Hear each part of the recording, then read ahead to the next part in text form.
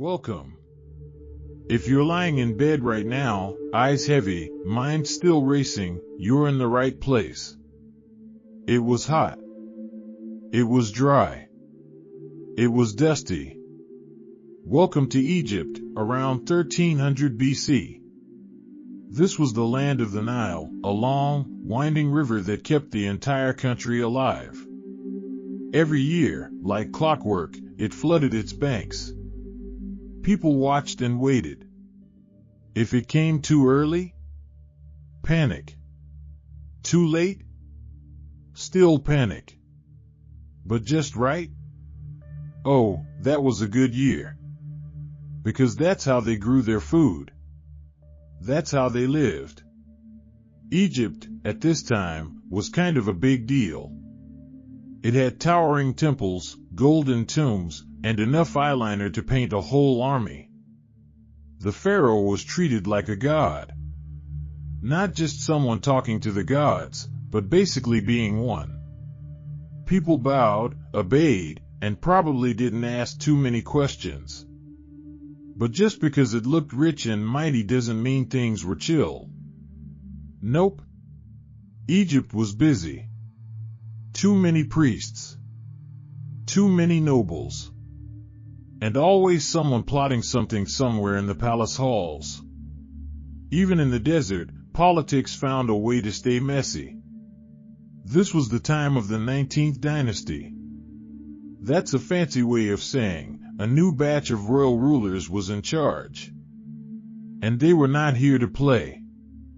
Especially one family. Let's talk about Seti.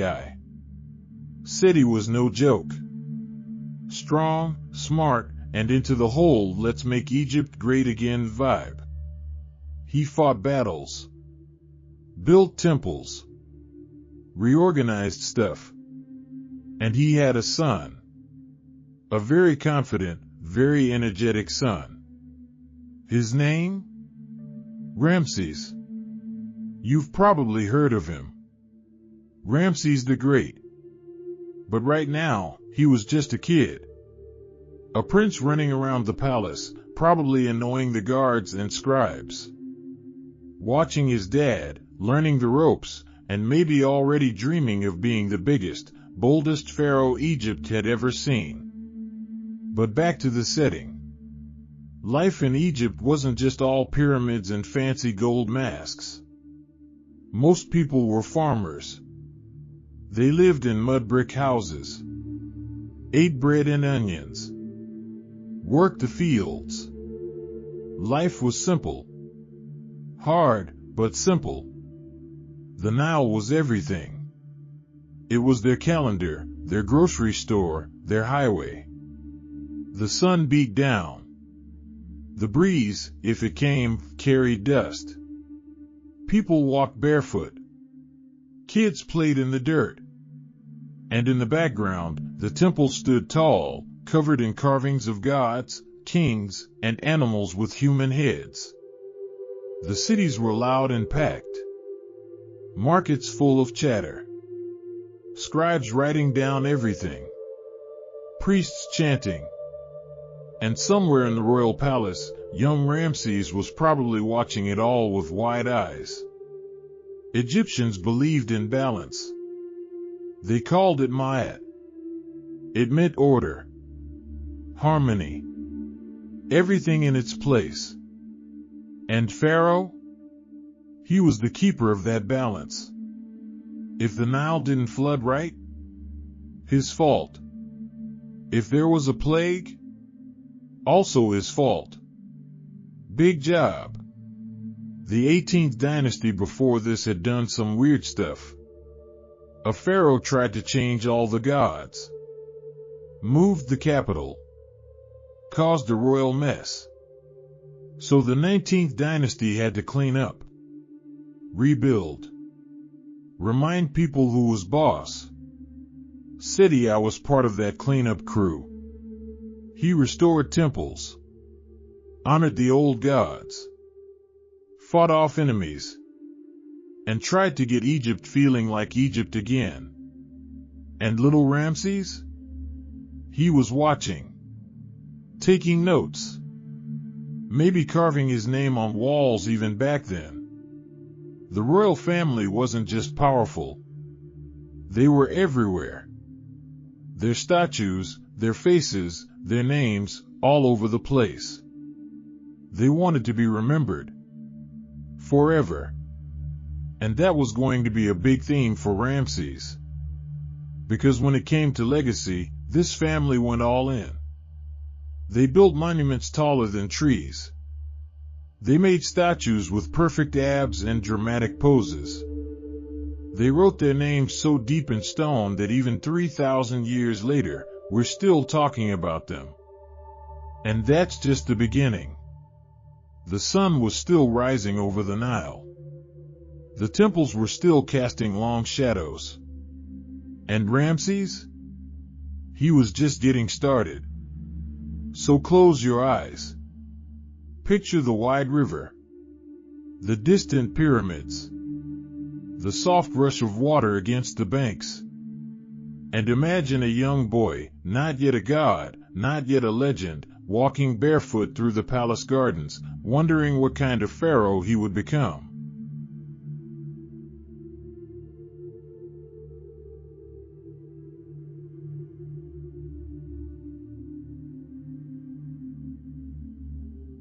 Before he was Ramses the Great, he was just Ramses the Kid. Born into a royal palace full of rules, rituals, and a lot of gold decorations, little Ramses had a life most kids could only dream of, and maybe wouldn't want. No running wild in the streets.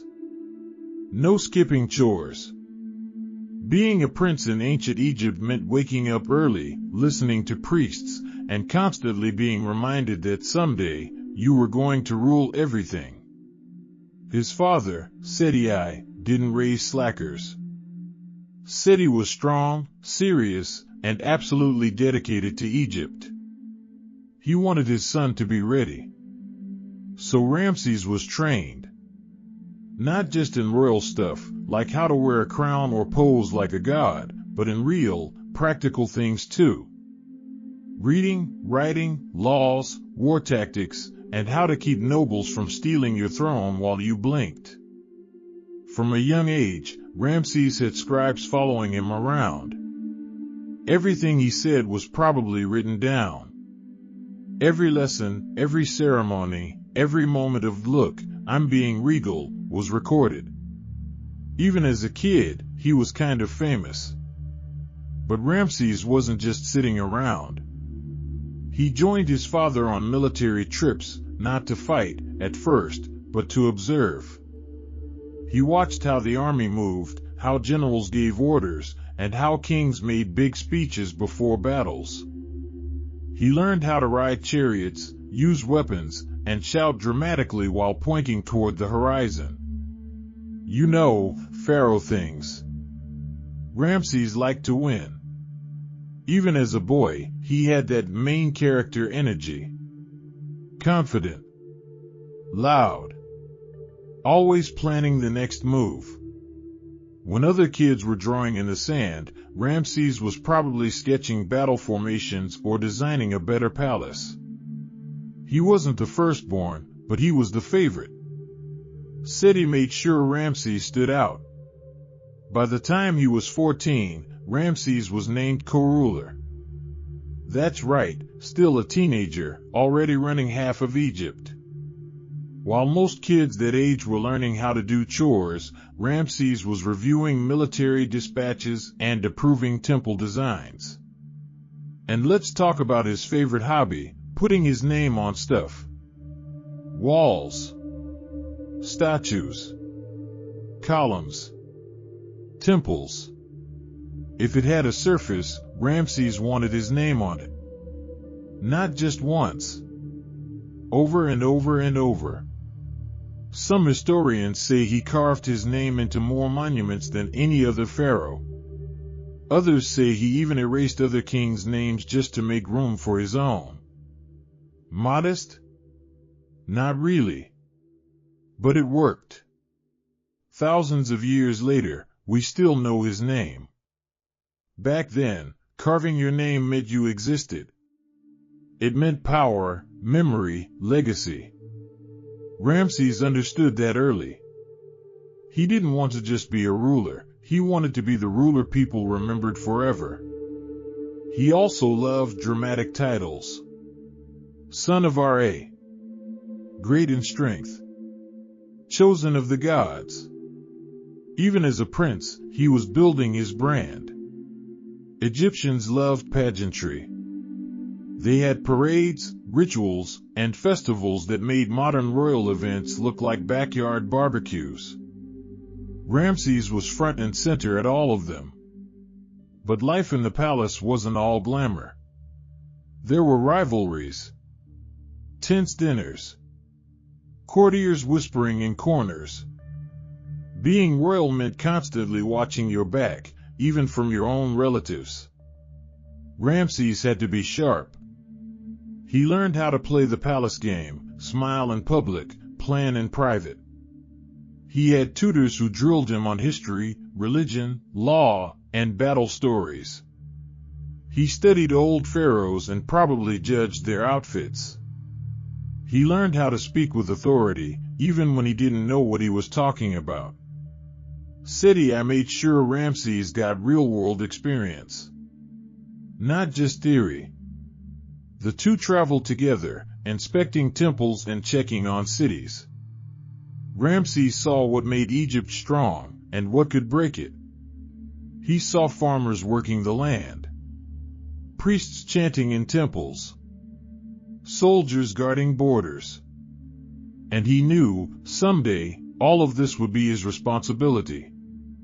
And he wanted it. There was no hesitation, no fear. Ramses was ready to rule before most kids could grow a full beard. He saw the crown, and he wanted to make it shine brighter than anyone ever had. And behind that grin, a plan was already forming. He'd rule longer, build bigger, fight harder, and most importantly, leave his mark. Literally, on every wall he could find.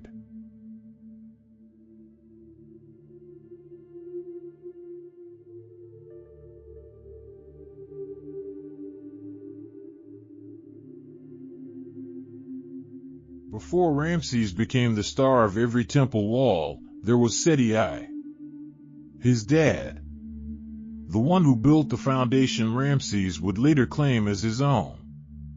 Seti I wasn't flashy. He didn't need to be. He was calm, focused, and really into temples. But don't let the chill attitude fool you. Seti had a plan. A big one. Egypt had been through some messy times before him, and he was here to clean things up. When Seti took the throne, Egypt was still a little shaken. The whole Akhenaten experiment, the one where they ditched all the old gods and tried worshipping just one, had left things weird. People were confused. The temples were half-used. The priests were grumpy. It wasn't great. Seti stepped in and said, "All right, let's fix this." He brought back the old gods. Ammonius, Ra, Osiris, the whole squad. He restored temples, paid the priests, and basically said, "We're going back to what works." And honestly, Egypt breathed a little easier. Seti didn't stop at religion. He also wanted Egypt's borders strong and safe. So he led military campaigns up north, into Canaan and Syria. He pushed back enemies, took back lost cities, and made Egypt scary again, in a good way. And he took young Ramses with him. Imagine being a kid, riding in a royal chariot next to your dad, watching armies march and cities surrender. That's the kind of field trip Ramses got. While other kids were playing with sticks, he was watching siege towers and listening to war strategies. Seti was also a builder. He liked making things last. His temple at Abydos is still one of the most beautiful in Egypt, with carved walls that looked like they were finished yesterday. Precise, calm, thoughtful, just like Seti. He didn't just slap his name on everything. He carved scenes carefully, listed out old kings, honored traditions. He didn't want to erase history. He wanted to organize it.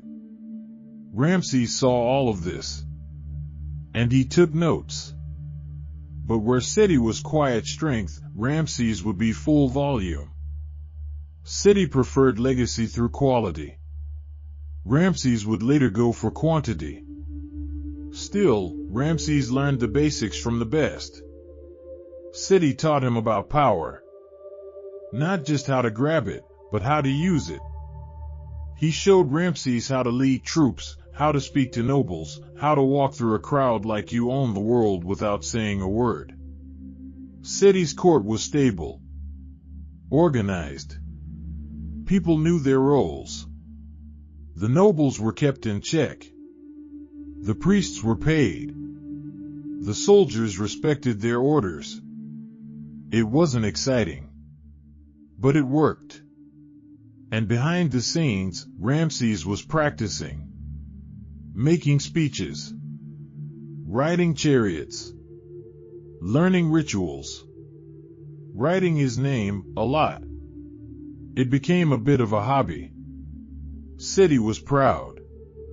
He made Ramses co-regent, a partner in ruling.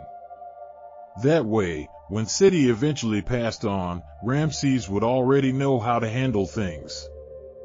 And that's what happened. But Seti's reign deserves its own credit.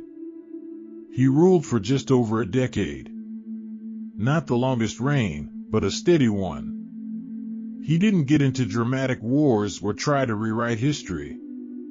He just wanted Egypt to be stable again. He brought calm and order, and made sure people remembered what it meant to be Egyptian. He fixed what others had broken. That's no small thing. Even his tomb in the Valley of the Kings is calm, elegant, not flashy, but full of art and care.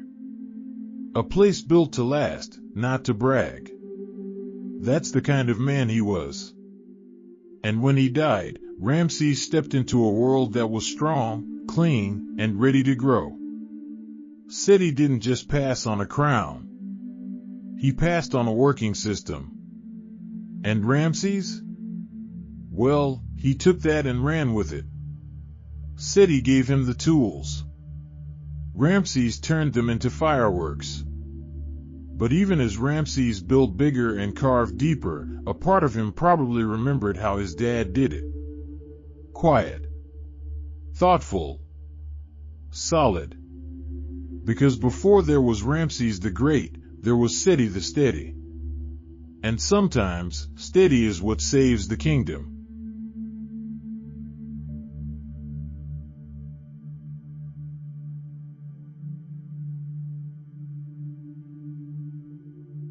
Ramses didn't just become pharaoh. He became a god. But first, there was a ceremony. Actually, lots of ceremonies. Crowning a new king in ancient Egypt was not a quick thing. There were chants, oil, prayers, robes, and probably a lot of waiting around. Ramses officially became pharaoh when he was about 24. But he'd already been co-ruler with Seti for years. He wasn't new to the job. Still, becoming the only ruler? That was a big shift. Now everyone bowed just to him. And they didn't just call him king. They called him Horus, the son of Ra chosen by the gods. It wasn't just politics. It was religion. In ancient Egypt, pharaohs weren't seen as normal humans. They were part divine, born to lead, expected to keep balance in the world. It wasn't just about sitting on a throne. It was about keeping the sun rising, the Nile flooding, and everything in order. That's a lot of pressure. But Ramses liked pressure. He liked being in charge. And more than anything, he liked being seen. He wore the crowns. All of them. The white one. The red one. The double one. He wore gold jewelry, leopard skins, and eyeliner that could rival a catwalk model. And every piece of it had a meaning. Power. Protection. Divine authority. He made big speeches. He posed like statues. He stood in temples while priests waved incense. People cheered. Priests sang. Scribes wrote it all down. And Ramses smiled. He was ready. One of the first things he did? Start carving images of himself. Everywhere. Walls. Columns. Statues. You name it. Ramses didn't want you to forget who the pharaoh was. He wanted to be remembered. Forever. But behind all the gold and titles, there was strategy. Ramses knew that image mattered. If the people saw him as a god, they'd trust him. If enemies feared him, they'd back off. If allies respected him, they'd stay loyal. So he leaned into the divine thing. He made offerings to the gods. He built temples for them. He honored their names, while putting his name right next to theirs. And in a way, he wasn't just becoming a god. He was becoming the symbol of Egypt itself. Every ritual, every parade, every festival, Ramses was at the center. He didn't just rule. He performed. And people watched. He had priests on his side. They said he was chosen by the gods. He had generals on his side. They said he was brave and strong. And he had artists on his side. They made sure his nose always looked perfect in carvings. Soon, statues of Ramses were everywhere. Some were small. Some were the size of buildings. Some looked serious. Some looked powerful. All of them looked like him. Even in his early reign, Ramses was already building his image. Not just as a ruler, but as something more. A living god. People didn't just obey him. They worshipped him. They bowed in front of him. They offered prayers. They sang hymns. They burned incense in his name. It wasn't just flattery. It was the system. Egyptians believed that as long as Pharaoh kept Ma'at, the balance of the universe, everything would be okay. So they gave him power, gave him loyalty, gave him their trust. And Ramses used it. He fixed cities, strengthened borders, repaired temples, hired workers, fed the priests, built stuff, lots of stuff. Everywhere he went, he left his mark. It wasn't about ego. Okay, maybe a little. But mostly, it was about legacy. He wanted to be remembered not just as a king, not just as a builder, but as the pharaoh, the one whose face would outlast time. He started building big, fast. But we'll get to that later. Right now, let's just pause and picture the scene. The Nile flowing softly. Priests chanting under the shade of palm trees. Scribes scribbling every word. Statues shining in the sunlight. And in the middle of it all, Ramses. Crowned. Robed. Calm. A young man stepping into the biggest job on earth. Not just ruler of Egypt, but a god on earth. At least, that's what everyone believed. And Ramses? He didn't argue.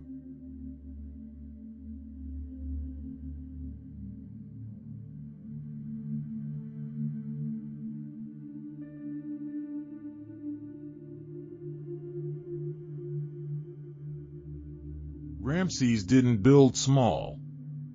He didn't believe in subtle. When he made something, it had to be massive. Temples, statues, columns, walls, all of it huge. Why? Because big things last. One of his biggest ego projects? Abu Simbel. Out in southern Egypt, carved right into a cliff, are two giant temples. You walk up and boom, for massive statues of Ramses sitting like he's waiting for a meeting that never ends. Each one over 60 feet tall. They stare across the desert like they're guarding something important. Really, they're just guarding Ramses' legacy. Inside, it's more Ramses. Carvings of battles. Carvings of gods. And guess who's standing next to the gods in every scene? Yup. Ramses. This place wasn't just for decoration. It was for power.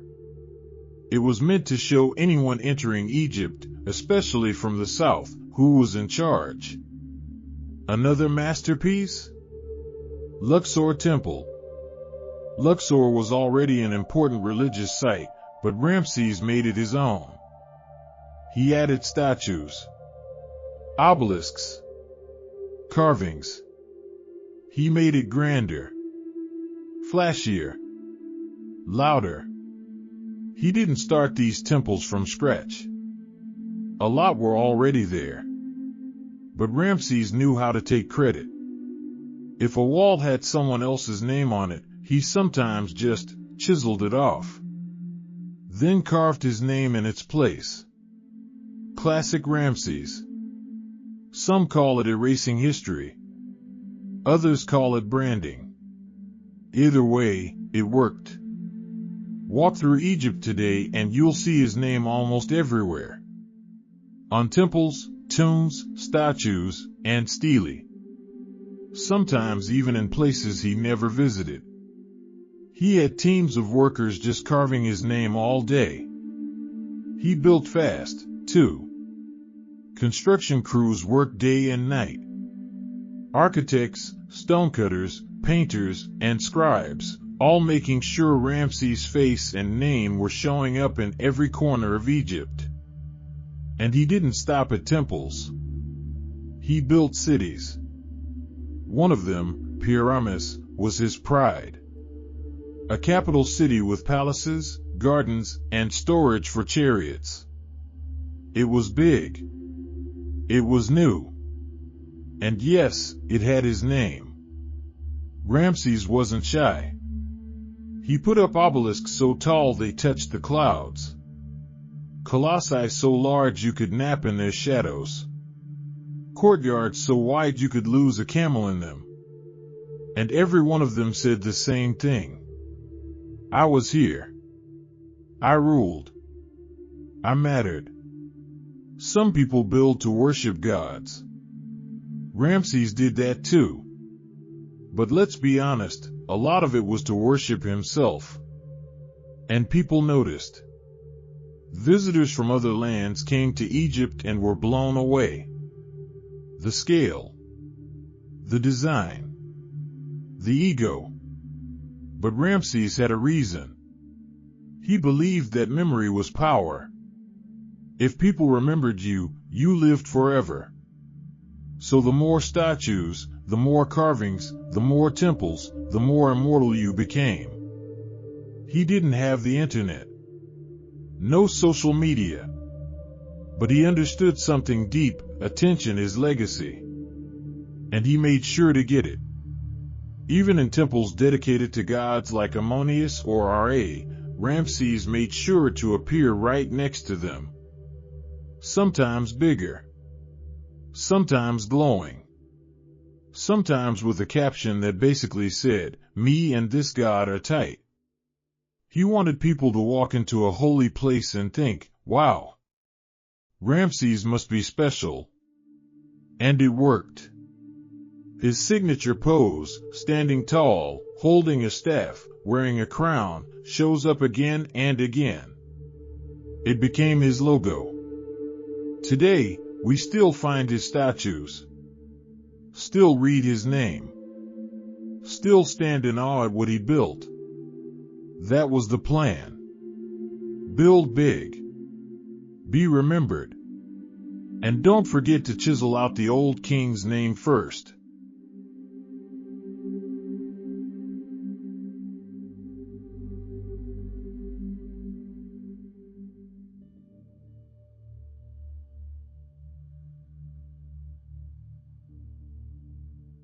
So, let's talk about a battle. Not just any battle, the Battle of Kadesh. Ramses' most famous moment. Kind of. It happened around 1274 BCE. Ramses was young, bold, and ready to show the world who was boss. On the other side, the Hittites. Powerful. Organized. Not fans of Egypt. The city of Kadesh sat in what's now Syria. A key spot. Controlling it meant controlling trade and influence in the region. Ramses wanted it. The Hittites already had it. So Ramses marched out with his army. And not just a few guys. He brought 4 whole divisions, Ammonius, Ra, Ta, and Set. Each with thousands of soldiers, chariots, and supplies. It was a big deal. He moved fast. Confident. Maybe a little too confident. On the way, he ran into some locals who told him the Hittites were far away. Great news, right?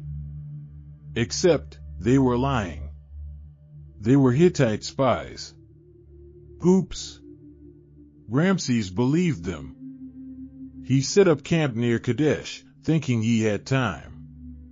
No worries. He relaxed. But the Hittites were not far. They were very close. Hiding. Watching. And then, boom. The Hittite chariots came charging in. Fast. Loud. Dust flying everywhere. Ramses' army wasn't ready. Some of his divisions were still marching. Others were scattered. Chaos. Chariots crashing into tents. Soldiers running. Ramses? Right in the middle of it. Now, if you ask Ramses what happened next, he'll tell you he stood tall, called on the gods, and single-handedly turned the tide of battle.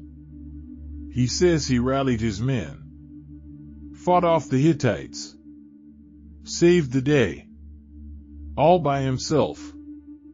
That's the version carved on temple walls. A heroic Ramses. Muscles shining. Enemies falling.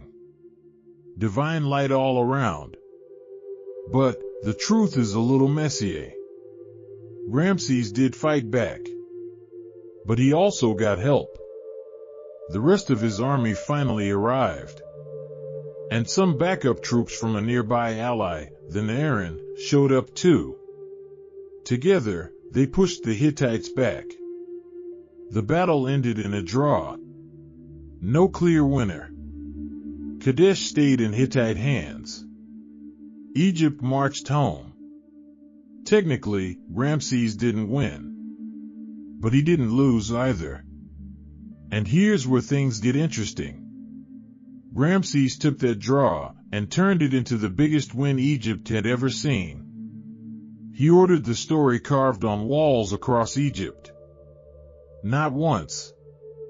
Not twice. but many, many times. Huge carvings, long inscriptions, detailed scenes, all showing him as the hero. He told everyone how brave he was, how the gods chose him, how he fought off an entire army alone. Was it exaggerated? Probably. Did people believe it? Definitely. Because in ancient times, whoever told the story controlled the truth. And Ramses? He was a storyteller. He turned the Battle of Kadesh into a symbol of strength, of courage, of divine favor. People read the carvings and thought, wow, what a king. No one cared that Kadesh wasn't conquered. They just remembered the image. And that was the point. Ramses understood something powerful: memory lasts longer than facts. He built temples not just with stone, but with stories. And the Battle of Kadesh? It became the biggest story of his reign. It wasn't the greatest military win, but it was a PR masterpiece. Thousands of years later, we still talk about it. That's how strong the spin was. And that's how Ramses turned almost losing into legendary winning.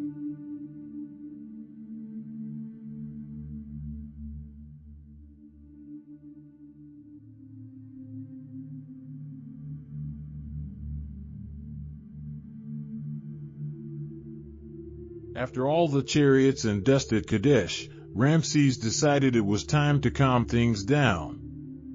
The Hittites weren't going anywhere. Egypt wasn't backing off either. Both sides were tired. War was expensive. Soldiers got cranky. Supplies ran low. It was time for something different. Peace. And what came next was pretty surprising. Ramses and the Hittites signed what many people consider the first known peace treaty in history. Yep. A real treaty. Written down. Agreed on by both sides. It wasn't just a handshake and a let's not fight again. It was official. Carved into stone. The treaty said things like, I won't attack you, you won't attack me, and if someone attacks you, I'll help, and let's not lie to each other. It even had lines about returning fugitives and not letting enemies hide in your cities. It was basically ancient international law. And both sides agreed. It's kind of impressive. Two great empires putting their swords down and picking up pens. Okay, chisels. But still, this treaty wasn't just about peace. It was about politics. Ramses looked strong at home. Look, he could say, even our enemies want to make peace with us. And the Hittite king, Hattusili III, got stability on his border. Everybody won. And then they took it one step further. Marriage. Ramses married a Hittite princess. This was big. Egypt usually didn't marry foreign royals. They expected other kings to send daughters, but never the other way around. Egypt was the top dog. They didn't need to ask. But with the Hittites, Ramses said yes. The princess came to Egypt in a grand procession. Chariots, gifts, music, probably a lot of gold. When she arrived, she got a new Egyptian name, a new wardrobe, a new life. And Ramses? He got a new alliance. Later, he married another Hittite princess too. In-laws everywhere. This wasn't just romantic. It was smart. Marrying into the Hittite royal family meant no more surprise battles. It meant shared interests. It meant letters written in polite tones instead of angry ones. And yes, there were letters. Lots of them. Back and forth between the pharaoh and the Hittite king. They wrote about trade, about weather, about the health of the princess. Sometimes they asked for gifts. Sometimes they complained about messengers being late. It was ancient diplomacy at work.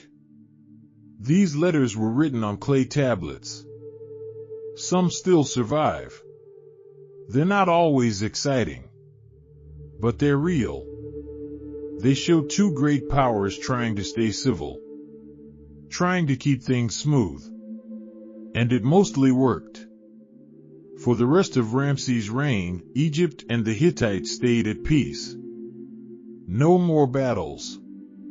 No more shouting. Just politics, presents, and paperwork. And maybe the occasional family dinner. It was a new chapter. Ramses the builder. Ramses the warrior. And now, Ramses the diplomat. He wasn't just carving his name into stone. He was carving out space in the world stage. Egypt wasn't just about pyramids and temples anymore. It was about peace deals, foreign brides, and global vibes. Of course, it still came with statues. Ramses made sure his peaceful achievements got carved too. Temples showed scenes of harmony. Inscriptions mentioned the treaties. His name, as always, was right in the center. But this time, it wasn't next to a battle scene. It was next to words like friendship and forever. Peace was powerful. And for a pharaoh who wanted to be remembered forever, this was another way to do it. Not through war, but through peace. And maybe a royal wedding or two.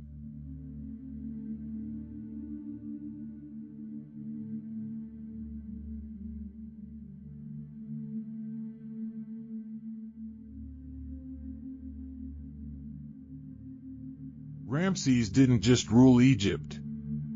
He filled it with family. Let's start with the most famous name, Nefertari. She was Ramses' first and favorite queen. Not just a wife, a partner, a symbol, a royal superstar. Her name meant beautiful companion, and Ramses treated her like one. He built her a tomb in the Valley of the Queens that still takes people's breath away. The walls are painted in bright colors, showing her in scenes with gods and stars. It's calm, elegant, peaceful. He even built a temple for her right next to his own at Abu Simbel. That's not normal. Pharaohs didn't usually do that. But Ramses did. And her statues are the same size as his.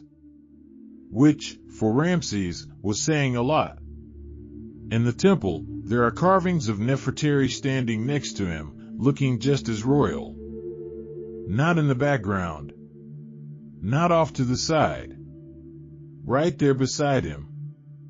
That was Ramses saying, this woman matters. They had kids together. At least a few. But then there were the other wives. Lots of them.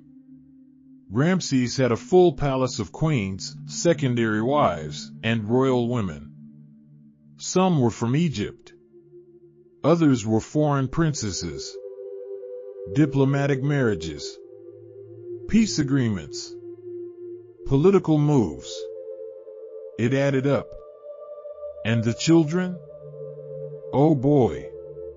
Ramses had so many kids, no one knows the exact number. Some say 50 sons. Some say more. And about the same number of daughters. Enough for a soccer league. Maybe even a second one on the bench. He loved showing them off. At temples like Abu Simbel, you'll see little carvings of his kids standing by his feet. Tiny compared to him. But all carefully labeled. each one a mini badge of honor. The royal family was a whole system. There was a line of succession, a lot of ceremonies, and probably a lot of drama. Being the oldest son wasn't always enough. You had to be favored, loyal, capable, or at least good at smiling in front of the priests. And imagine all those siblings, all those wives, living in the same palace complex, sharing meals, competing for attention. Royal life wasn't always peaceful, but Ramses managed it. He gave his kids important jobs, made some of them generals. Others became priests. Some helped manage the cities. The older ones were trained for leadership. And Nefertari's children? They got top spots. Even after her death, Ramses kept honoring her. Carvings, statues, inscriptions. He didn't just move on. He remembered. But time moved forward. As the years passed, other wives took more of the spotlight. One of them was Isetnofret. She became important later. Her son, Merneptah, would eventually rule after Ramses. Because Ramses lived so long, he outlived many of his wives. And many of his children. It's strange to think about. He started as a young man surrounded by family. By the end, he was the old tree in the garden. Still standing. Still ruling. But many of the people he loved were gone. Still, he kept their memories alive. Through temples. Through names. Through statues. Because that's what Ramses did. He didn't just raise a family. He built a dynasty. And he made sure they'd never be forgotten. Even if half the kingdom was made up of his kids.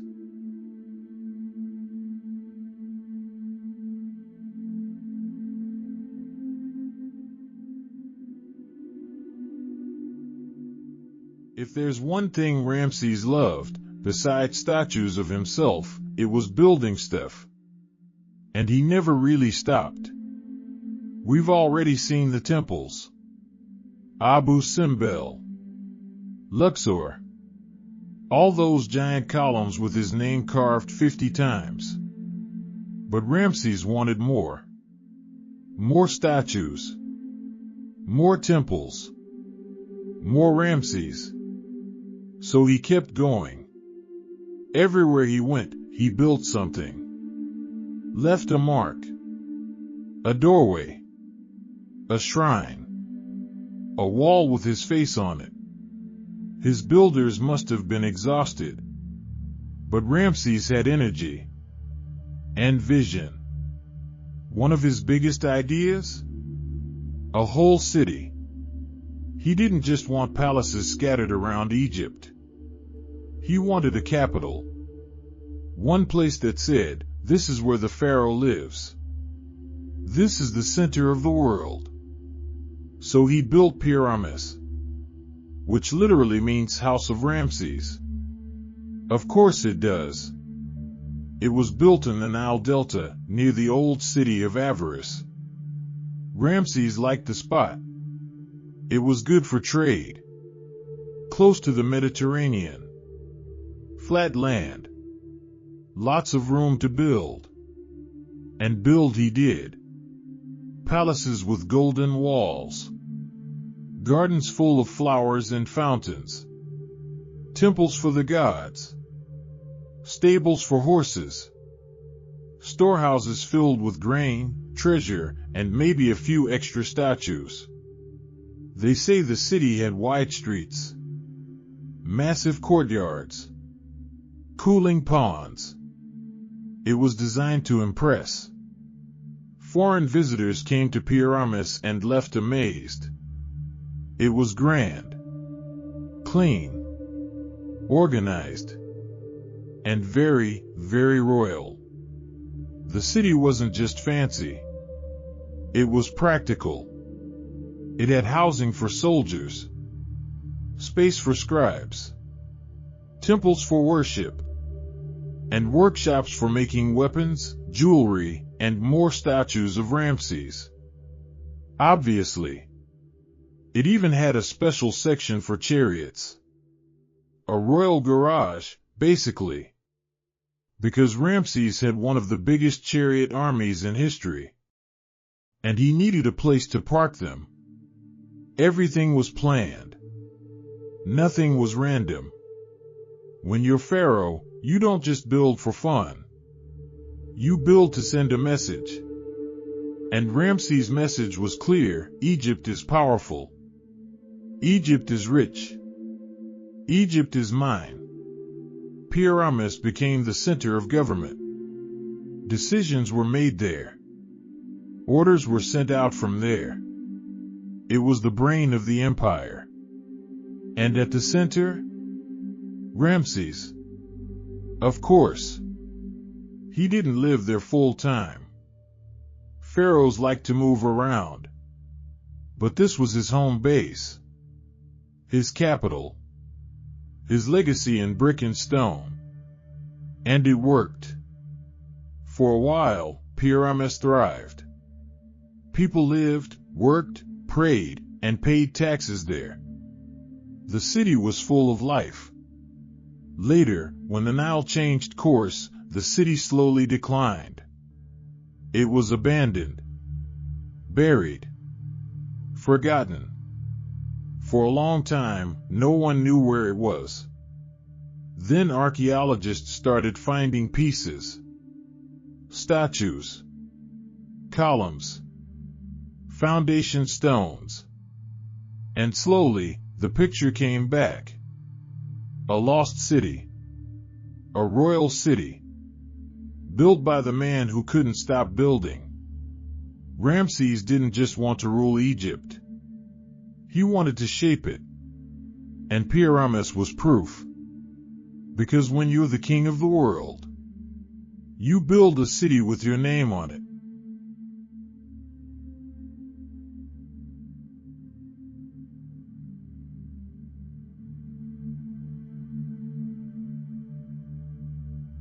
Being Pharaoh wasn't just about wearing gold or sitting on a fancy throne. In Egypt, the job came with something extra. Divinity. You weren't just a king. You were a living god. And Ramses? He took that very seriously. From the moment he took the crown, Ramses started blending his image with the gods. He was called the son of Ra, the sun god. Not just symbolically. Literally. As in, this guy is part divine, and the god said so. He didn't argue. Temples showed him standing beside the gods, the same size, same glow, same power. Sometimes even bigger. It wasn't subtle. Priests were on board too. They ran the temples, managed offerings, and spread the divine message. They made sure people saw Ramses as chosen, blessed, and slightly superhuman. This wasn't just for fun. It helped keep order. If the pharaoh was divine, then questioning him was basically blasphemy. If you doubted him, you doubted the gods. So, better to nod and go along. And Ramses knew how to use that. He filled temple walls with carvings of himself making offerings. Bowing to gods. Hugging gods. Shaking hands with gods. Okay, maybe not the last one, but close. He turned temples into giant selfie stations. Every corner had his image. Every inscription mentioned his name. It was a mix of politics, religion, and public relations. He also built temples that were partly for gods, and partly for him. At Abu Simbel, the main temple is for Ra Horikti, but Ramses is carved right in the center. Inside, there's even a chamber where the sun hits Ramses' statue just twice a year, on his birthday and his coronation day. Coincidence? Not likely. He planned it. Ramses wanted people to believe he was more than a man, that he was born to rule, that even the sun liked him. It wasn't just ego. It was strategy. In a world full of superstition and ceremony, being divine gave you power, stability, loyalty. But what was he really like? Day to day? Probably not glowing with holy light all the time. Behind the scenes, Ramses had to govern. Hear reports. Approve budgets. Deal with complaints. Make decisions. Rest his feet. He aged. He got sick. He had bad days. Being Pharaoh didn't stop you from getting a headache. But none of that showed up on the temple walls. There, he was perfect. Forever young. Calm. Wise. Victorious. That was the version people saw. And that's the version that lasted. Because when you control the image, you control the memory. Ramses made sure his divine version was everywhere. Statues, carvings, inscriptions, stories. Even after death, his mummy was treated like a holy object. When it was rediscovered, it had amulets, sacred wrappings, and signs of care. His public image worked. People feared him, respected him, worshipped him. Even today, we still use the word great next to his name. And it all started with an idea. If the gods are eternal, maybe a pharaoh can be too. So Ramses lived like a god, acted like one, and made sure we'd never forget it.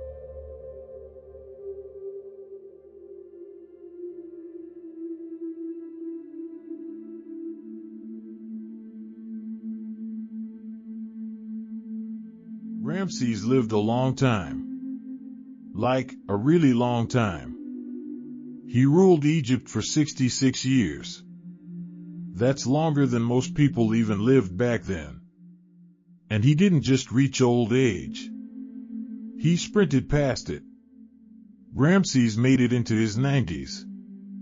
By ancient standards, that was wild. Most people were lucky to make it past 40. But Ramses just kept going. Year after year. Temple after temple. But living that long came with problems. First off, he outlived almost everyone. Wives. Gone. Children. Many of them also gone. Generals, advisors, nobles, all replaced, over and over. By the time he was in his last years, the palace must have felt quieter.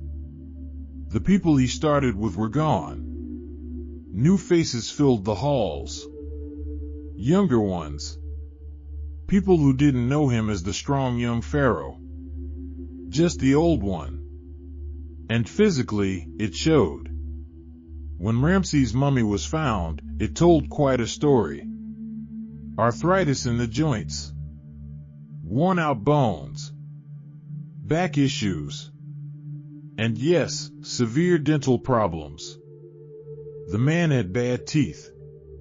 He likely had gum disease. Some teeth were missing.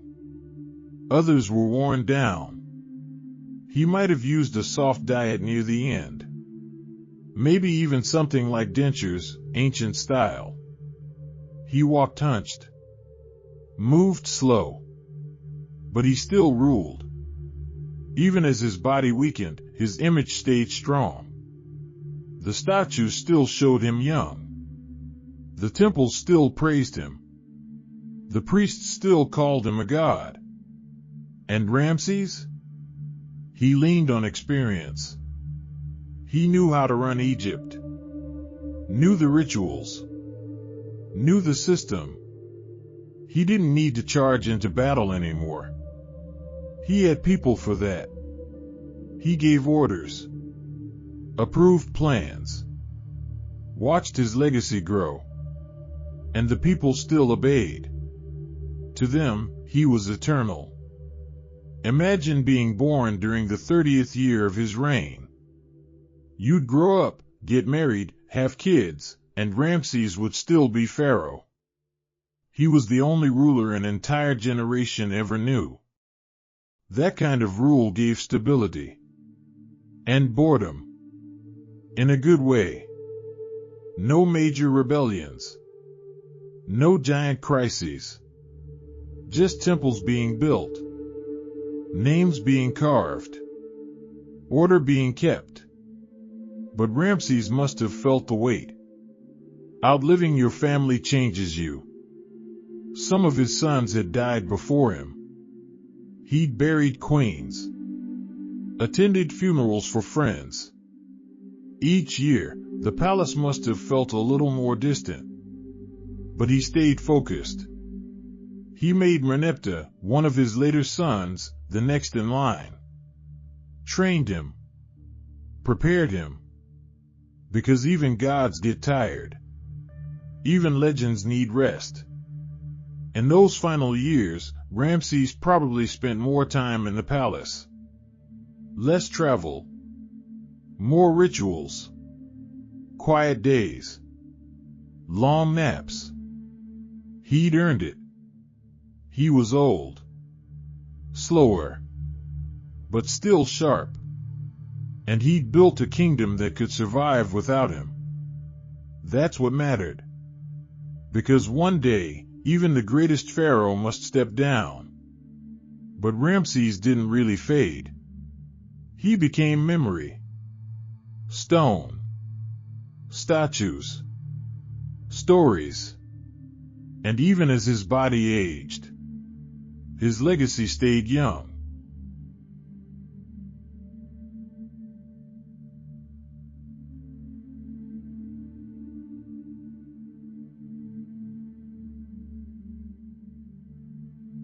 After more than 90 years of life, Ramses the Great finally died.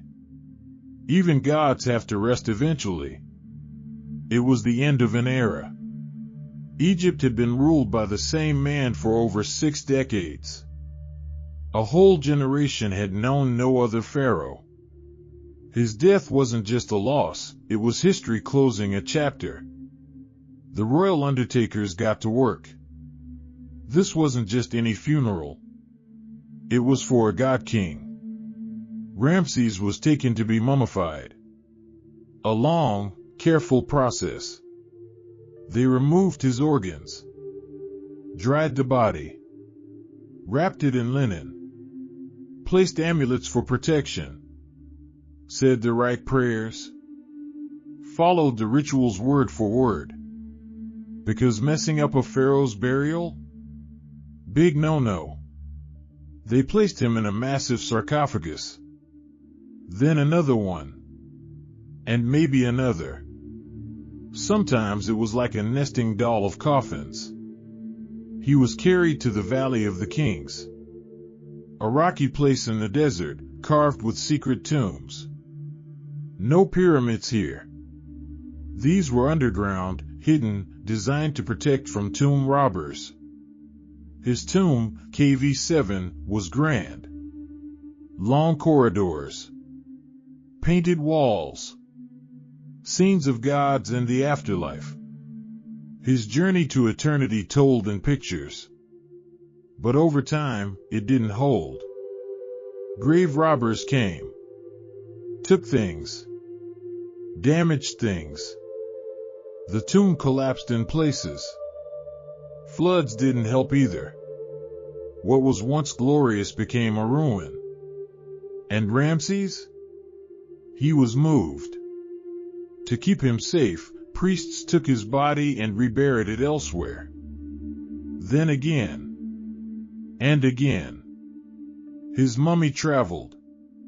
from tomb to tomb, hidden with other royal mummies. Always wrapped, always guarded, always carried with care. Eventually, he ended up in a secret cache, DB 320, with other kings and queens. They were packed tightly, labeled, and left to rest in peace. For centuries, no one knew. Then, in the 1800s, archaeologists found the cache. And there he was. Still wrapped. Still regal. Still Ramses. His face looked peaceful. His hair still visible. Teeth worn down. Nose a bit crooked. But still recognizable. A pharaoh from 3,000 years ago, right there. They took his body to Cairo for study. Later, even sent him to Paris for preservation work. Yes, Ramses got a passport. Listed as king, deceased. He flew to France like royalty. Because even in death, Ramses was a big deal. Today, his mummy rests in the National Museum of Egyptian Civilization. Safe. Protected. Watched by thousands of visitors. But his journey? It was wild. From the golden tombs of Thebes to hidden caches to modern glass cases. Not exactly peaceful. But somehow fitting. Because Ramses never really stayed in one place. In life or death. He ruled, built, traveled, and left pieces of himself everywhere. And even now, his body tells the story. Of power. Of legacy. Of what it means to be remembered. He may have died a king. But he became a legend.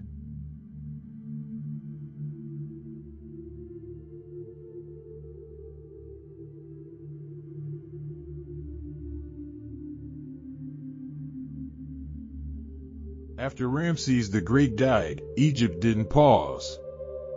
The throne didn't stay empty. Life moved on. And so did the name. The next pharaoh? Ramses II's son, Merneptah. Then came another Ramses. And another. And another. In total, there were 11 more pharaohs who used the name Ramses. That's right. 11. It was the start of what historians call the Ramesside period. The 19th and 20th dynasties. A stretch of rulers, all hoping to follow in the footsteps of the big guy. But most of them didn't quite live up to the title the Great. Ramses II had built a strong Egypt. A rich, stable, giant version of the kingdom. But maintaining that kind of empire? Hard. Especially without a Ramses-level ruler. Merneptah did okay. He was older when he took over, already in his 60s. He managed to keep things together. Fought off invaders. Made sure Egypt still looked strong. But after him, things got tricky. Some pharaohs reigned just a few years. Some died suddenly. Others faced revolts, invasions, and internal problems. It got messy. And then came Ramses III. He tried to be the next big Ramses. Styled himself after Ramses II. Built monuments. Fought enemies. Held festivals. And to be fair, he did have some success. He's known for battling the Sea Peoples, mysterious groups that attacked parts of the Mediterranean. Ramses III stopped them. Saved Egypt, at least for a while. But even he couldn't stop the slow decline. Economy? Struggling. Priests? Gaining too much power. Tombs? Being robbed. By the end of his reign, even palace workers were going on strike, the first recorded strike in history. They weren't getting paid on time. Supplies were running out. Morale was low. Then came the later Ramses kings. Ramses IV, Ramses V, Ramses VI. The name stayed the same, but the strength didn't. Some ruled only a few years. Some barely left any monuments behind. Some faced plagues. Others dealt with invasions. The power of the pharaoh was fading. Priests of Ammonius, especially in Thebes, became more powerful than the kings. They controlled wealth, land, temples. They started calling more of the shots. By the time we reached the end of the 20th dynasty, Egypt wasn't the same. It was divided. Weaker. Struggling. The glory days of Ramses the Great were a memory.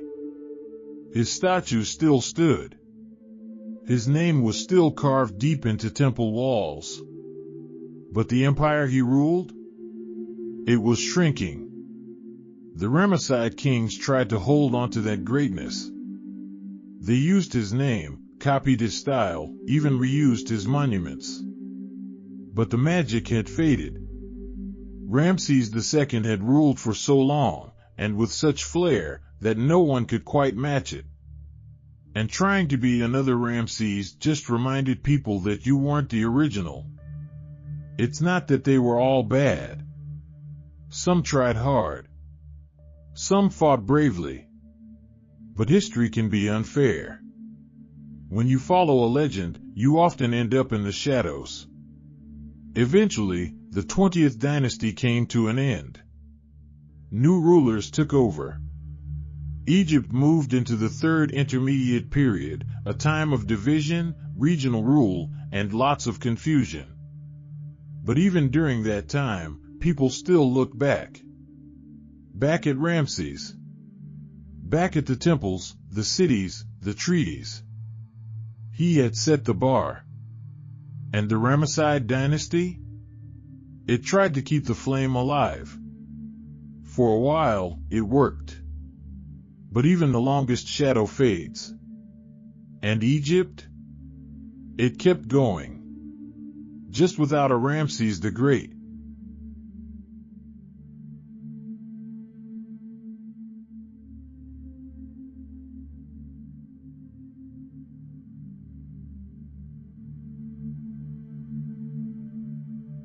For a long time, Ramses was just a name on a wall.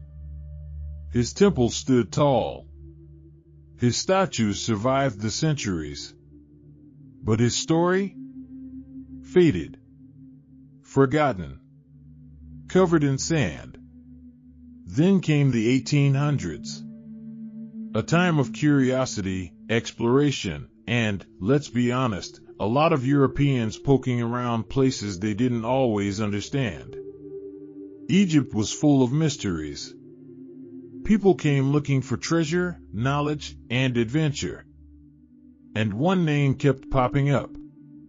Ramses. His face was everywhere. On walls. On columns. In temples that had half crumbled. His name, still readable. Still proud. Archaeologists started connecting the dots. They found inscriptions talking about battles. Buildings with scenes of gods and kings. They pieced together his life, one broken tablet at a time. Then, in 1881, something big happened. A hidden tomb was discovered in Deir el-Bahari, a royal mummy cache. Inside were the bodies of kings. Pharaohs from the past. Wrapped. Labeled. Protected. And there he was. Ramses II. Still wrapped in linen. Still preserved. His body had traveled after death, moved from tomb to tomb for safekeeping. Now, centuries later, he had surfaced again. The world was fascinated. This was the mummy of one of the greatest rulers in history. People stared. Scientists studied. Photos were taken. Newspapers ran the story. Ramses was back. In the 20th century, his body was moved to Cairo, placed in a museum, seen by millions. A pharaoh who once ruled the world, now lying quietly behind glass. But the journey didn't stop there. In 1974, experts noticed the mummy was deteriorating. So they sent him to Paris for preservation. Yes, Ramses flew to France. But because you can't just ship a king without paperwork, he was issued a passport. Occupation, king, deceased. France treated him like royalty. Military honors. Red carpet. All for a mummy that had ruled 3,000 years earlier. In Paris, scientists ran tests. CT scans. X-rays. Blood analysis. They found arthritis. Dental problems.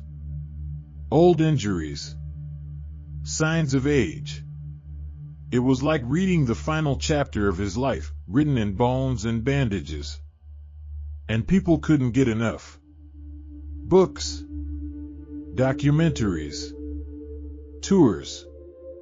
Ramses was suddenly famous again. Statues of him were placed in cities. Temples restored. Tourists lined up to see his face. Kids learned his name in school. He became a celebrity. All over again. But this time, without the crown or chariot. This time, his legacy did the talking. Every scan, every test, every discovery added to the story. Archaeologists traced his buildings, mapped out his battles, translated his treaties, even figured out what his voice might have sounded like. It wasn't about gold or treasure. It was about memory. Ramses had spent his life making sure people would remember him. And it worked. 3,000 years later, we still tell his story. Still look at his carvings. Still stand in awe at his temples. Rediscovering Ramses wasn't just about finding a mummy. It was about connecting the dots between past and present. Between a god-king and a world that forgot, then remembered. And through it all, Ramses kept doing what he always did best. Being seen. Being remembered. Being great.